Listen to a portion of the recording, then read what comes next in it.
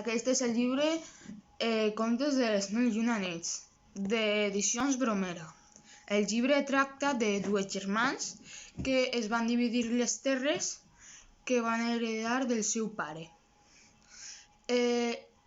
Els dos germans van ser enganyats per les seues dones amb altres homes i les van matar. Així que un germà va tindre cada nit una dona i la matava al dia següent, i l'altre germà no va tindre ninguna dona.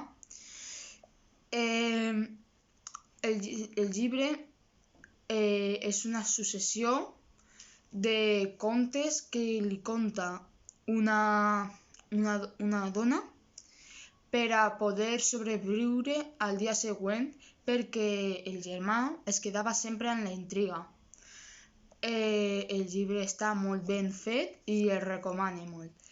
El podeu comprar en qualsevol tenda o per internet, sempre i quan acabi el confinament.